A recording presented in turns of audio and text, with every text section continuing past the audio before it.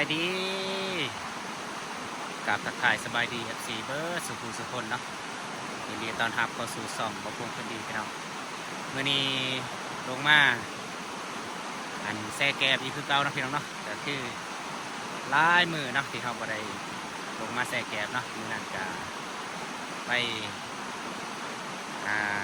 เยี่ยมน้องชายเนาะอยู่โรงหมอเนาะคือเป็นไข้ยุ่งเนาะพี่น้องเนาะหลังจากที่เอามาแล้วเนาะก็คือมือนี้เขาสีลงมาแซ่แกบนี่คือเก่านะพี่น้องเนาะมาแซ่แกบแล้วก็สีหาอยู่หากินแหละพี่น้องเลยบัวสิมานหรือว่าเนาะมือนี้เนาะแซ่แกบแล้วก็ทั้งใส่หม้องเลยแซ่แกบใส่หม้องมือนี้เนาะแล้วก็สีใส่เบ็ดปลาดุกอีกเนาะพี่น้องเนาะบัวสิได้หรือบ่มือนี้มีแต่ลองเบิ่งเนาะพี่น้องเนาะลองใส่เบิ่งว่ามันสิได้บ่เนาะว่าท่านเคยใส่บ่เทื่อว่าซะว่าท่านเคยใส่เบ็ดเนาะพี่น้องเนาะก็คือมื้อนี้สิลองใส่เบิ่งว่าสิมานบ่หรือบ่เนาะฟังเบิ่งนำกันเด้อพี่น้อง นี่เนาะขั้นตอนเท่ากับคือเก่าเนาะพี่น้องเนาะแล้วก็ผสมแกบแล้วก็สิใส่เบ็ดเนาะนี่เบ็ดที่เราเตรียมมาเนาะจากลังเว้ย24เบ็ดที่เราเตรียมมาเนาะก็คือเราสิใส่เบ็ดปลาดุกเนาะใส่ปลาดุกกามีมองเนาะ มาลุ้นน้ำกันว่ามื้อนี้สิมานหรือบอเนาะพี่น้องเนาะไป นี่มีที่ผสมสบายดีกองเลยตีสวัสดีน้องสบายดีรอกันแน่เนาะไปมีแต่ไปลุ้นน้ำกันเนาะเอาซีแซ่แกบก็คือเอาซีแซ่อยู่เทิงนี่เนาะพี่น้องเนาะแกอยู่เทิงแน่แล้วก็อยู่ลุมเนาะแล้วที่ใส่มองอยู่ว่างนี่เนาะ แต่บริทายพี่น้องเบิ้งเด้อพี่น้องเนาะตอนใส่มองเพราะว่ามันยากเนาะไปมีแต่สีไปแซ่แกบเลยเนาะแล้วก็สีวานแห่ว่าสีมานดูบอมันนี่เนาะไปเบิ้งน้ำกัน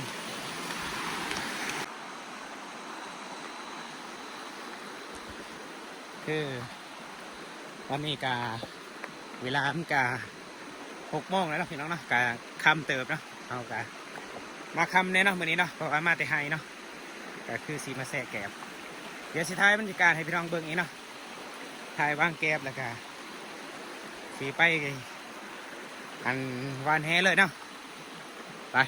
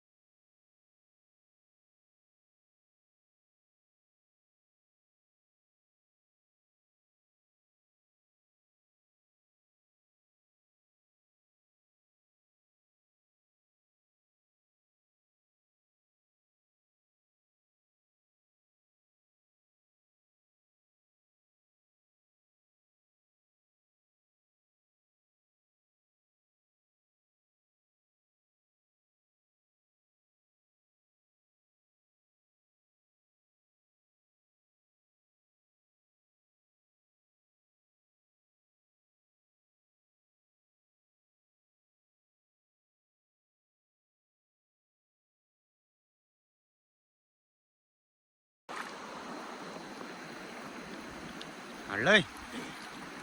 บอลเด็ดโหลดบอลบ่คักบ่อย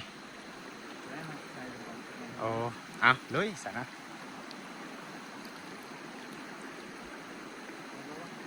เอาเลยนะอุ้ยสอยสังวะนี่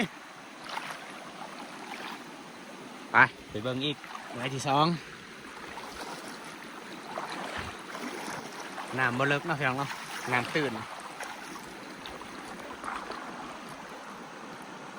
บั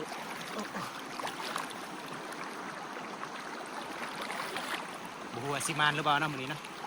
หลุมเบิ่งน้ำกันพี่น้องเอ้ยคักบ่ถูกมังอยู่บ่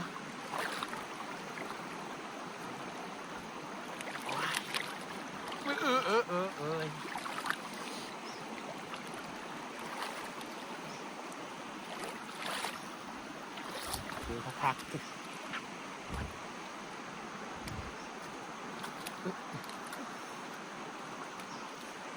จับกล้องให้แน่ขึ้นเลยป่ะขึ้นเลย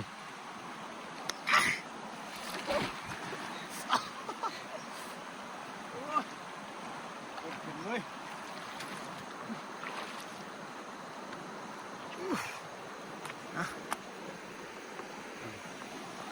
นี่ปะโอ้เอาเลยสะไป ถึงเนาะคือตอนนี้เนาะเราวางแกบสำเร็จเลยเนาะคือวาง2 หน่วย7 หน่วยปะ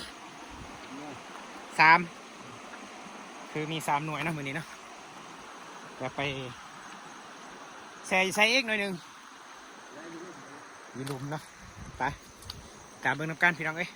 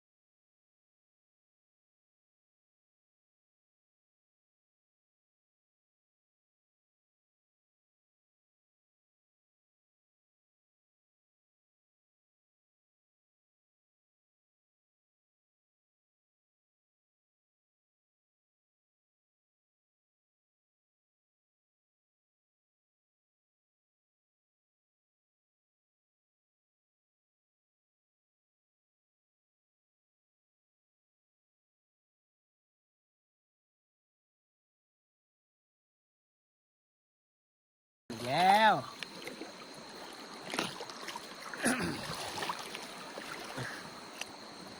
มันก็ยักอย่างนี่เด้อพี่น้องเลยเพราะว่าคลิปใส่หม้อมันหนามันเลิกเนาะนี่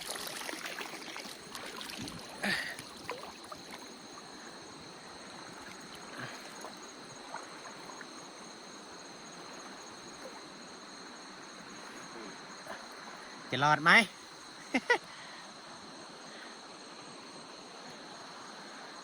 เราต้องคอยไปเนาะไปเบิ่งลังที่2มานบ่โอ้ยบ่มานแล้วพี่น้องเอ้ย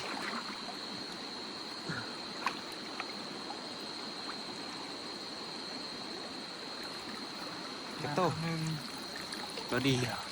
2 โตไปดิ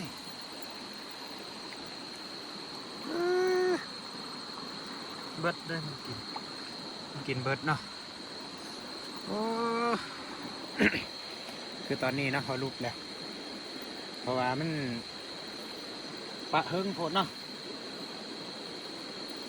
ปะโดนโพดนั่นเลยมันกินเบิดก่อนเนาะไปลังลุมเนาะเอ๊ะตัวนึงปะโดนโผล่สุดท้ายได้3 ตัวบ่ได้เรื่องประมาณ30 นาทีป่ะแต่ว่าประมาณ30 นาทีหรือ15 นาทีเนาะสิได้อยู่อันนี้ปะจนครึ่งชั่วโมงโอ้มันกินเบิดก่อนไปเดี๋ยวไปลุ้นอันลังสุดท้ายเนาะว่าสิได้หรือเปล่าฮะ ลังนี่กำลังสุดท้ายเด้อพี่น้องมานปะบอกว่าประมาณอีกเว้ยลบได้ประมาณเว้ยขี้ไล่ก็ได้ซ้ำประมาณ10 โต20 โตยังไข่ได้นี่ประมาณเว้ยมานปะโอ้ย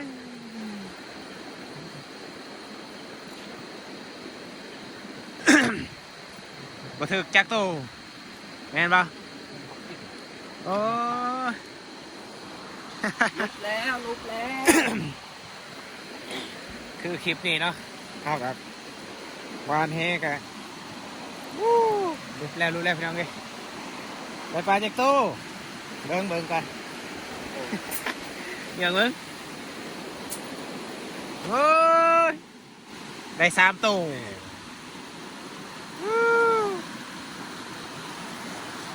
บ่ได้เรื่อง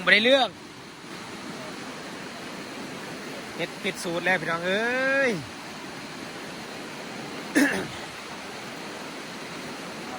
หลัง ก็ใส่เบ็ดเปล่าวะคือตอนนี้นะพี่น้องนะก็บจักลายเลยบ่ได้เนาะมองหันใส่จะใส่มองคือตอนนี้นะสิไปใส่เบ็ดกันนะพี่น้องนะไปบ่ได้กินปลาแล้วมื้อนี้บ่ได้กินปลาแล้วเพราะว่าได้ปลา3 โต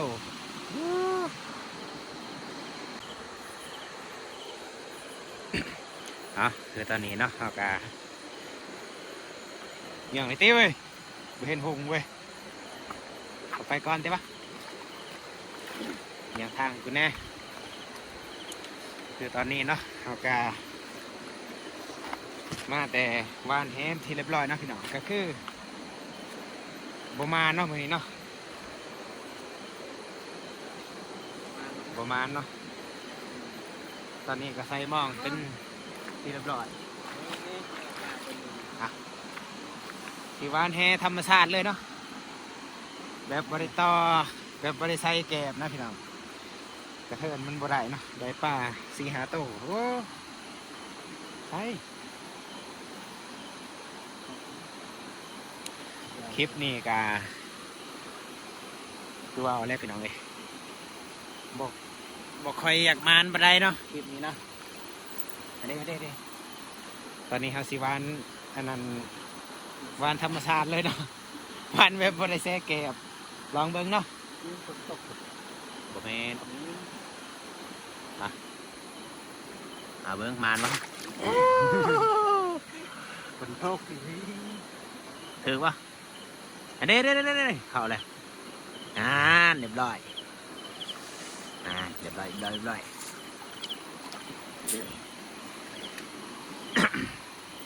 เด้สำนีก็เอาแต่ว่าดีกว่าบ่ได้เว้ยวานขึ้นเลยเว้ยนี่เบิ่งบอลคือเฮ็ดแล้วไหมคือเฮ็ดโลดบ่จงตอนนี้เขากาสีแก้มขึ้นแล้วนะพี่น้องนะสีใสมองยังมองด่างเดียวใส่เบิร์ดละกาสีกับได้วันนี้พี่น้องเลย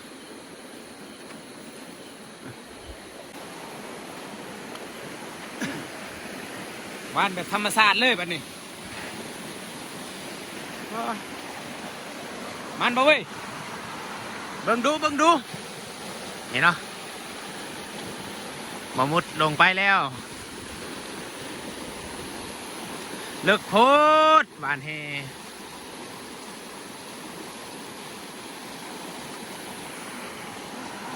เฮ้ยได้2 ตู้ แม่นปะ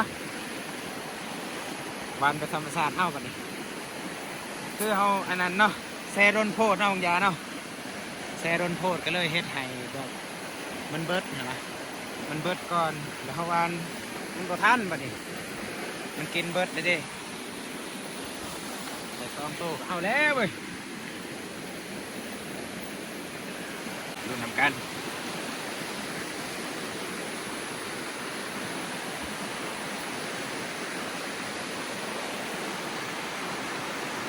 ถึกอยู่บ่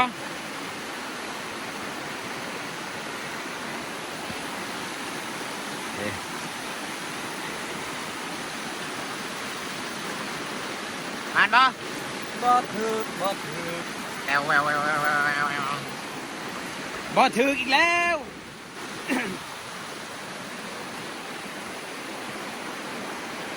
ใส่มองนะคือตอนนี้เนาะ แม่มันมีป้า คือตอนนี้เขาสีใส่หมองก็ต้องทุกคนใส่หมองแล้วก็สีได้กลับแล้วบัดนี้เพราะว่าเขาวานธรรมชาติมันต้องเขาบูฮู้นะพี่น้องว่าจุดใดเวลาใดเนาะมันปลามันขืนเนาะเขาก็ว่าทันเสียดเนาะก็คือคันว่าแซ่แกบเอาก็คือสีใดอยู่เนาะพี่น้องวันนี้แซ่ข้ามโพดแซ่ข้ามโพดแล้วก็แซ่ด้นโพดเนาะมันกินเบิร์ดก่อนมันกินเบิร์ดเนาะเขาว่ามันบ่ได้เนาะที่ปั่นป้าอะไรพี่น้องเอ้ยเพราะว่าม่านแห้งเนาะมือนี้เนาะ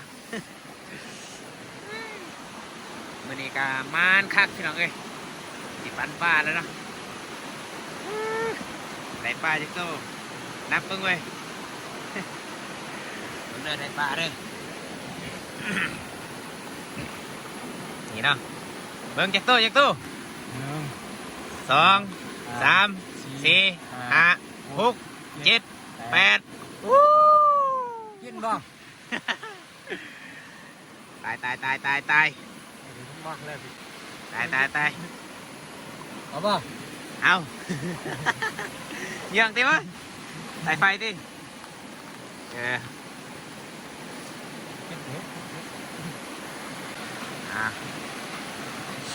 ตอนนี้กา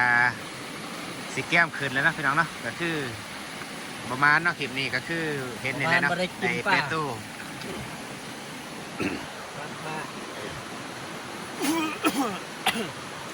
วันนี้เขาได้8 โต้เนาะอันได้80คืออยู่นี่ได้8 โต้ไอ้เนี่ยได้8 โต้นะพี่น้องเนาะเอามีแต่หาเบิ้งคลิปหนาเนาะพี่น้องเนาะคลิปหนาสียามมองเด้อพี่น้องเด้อคลิปนี้วาดแฮกะ ชมคลิปต่อไป ประมาณเนาะ ด้วยแล้วลุก ลุบ ลงมาถือบอลนะ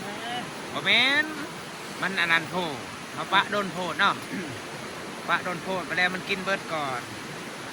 กินเบิร์ดเทาวันบ่ท่านบัดนี้มันอันนั้นเด้